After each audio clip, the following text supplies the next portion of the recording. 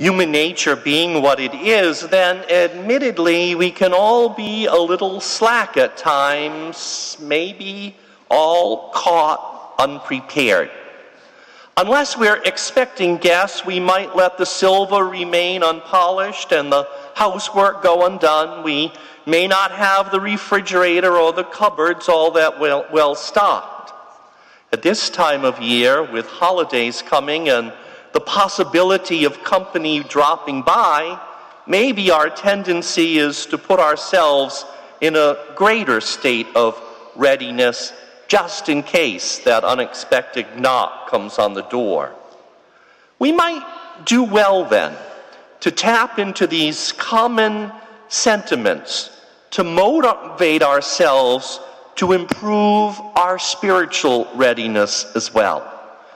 This is, of course, the whole purpose of the season of Advent in which we now find ourselves in the second week.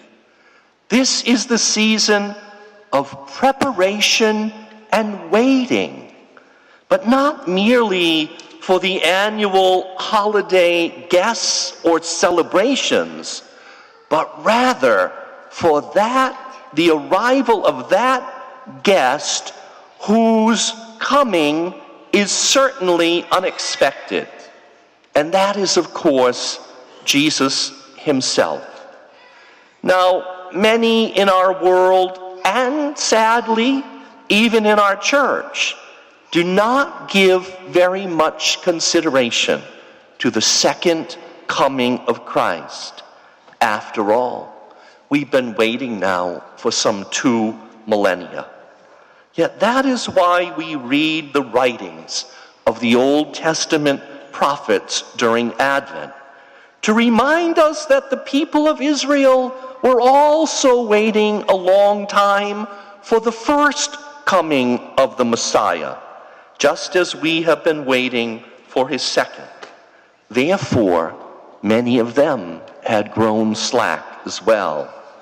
Thus, when he arrived as the Word made flesh among us, many people were so unaware and so unprepared as not even to notice, and consequently, they missed the opportunity to partake of the salvation he came to offer.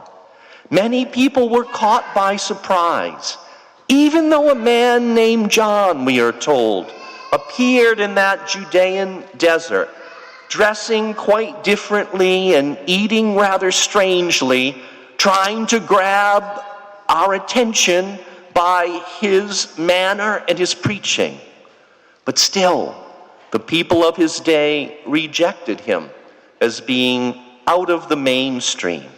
They didn't take him all that seriously, even when he warned them it was time to reform their lives. As in the days of the prophets of old, so too then it is in our own time, when many have fallen away from the practice of faith, and even though men come among them, dressed rather differently, and try to get their attention as they preach to crowds before them and the world from St. Peter's in Rome, still many don't listen. Just as with John the Baptist, the message of those contemporary prophets is much the same. Reform your lives. The reign of God is at hand. Stop the destruction of human life. Free yourselves from the enslavement to materialism. Stop hoarding more than you will ever need while your neighbors go without. Do not begrudge the poor a share in your prosperity. Welcome the stranger. Don't chase them away.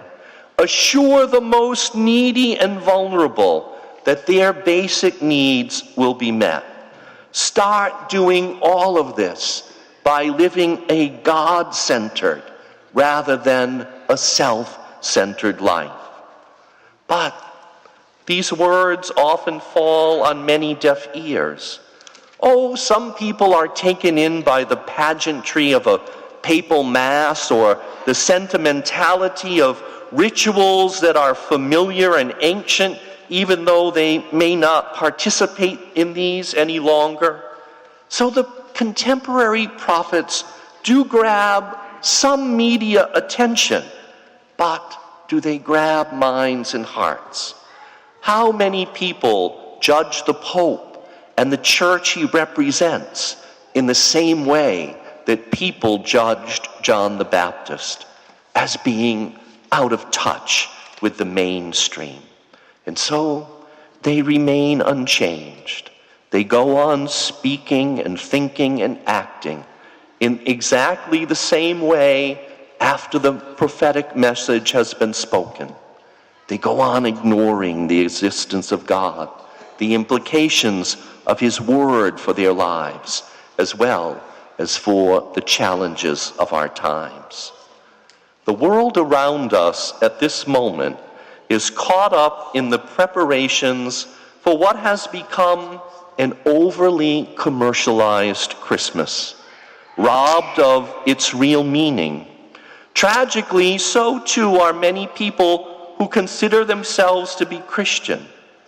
In a now nearly endless stream of commercials, we are told that it's time to create Christmas for a child by giving them a toy, and to make others happy by giving them more material things, and ourselves too, maybe even by buying a new car.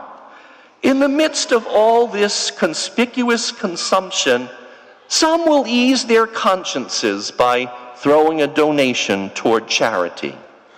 If we wish to be a part of this, so be it, for it is extremely difficult to swim against the contemporary cultural tide.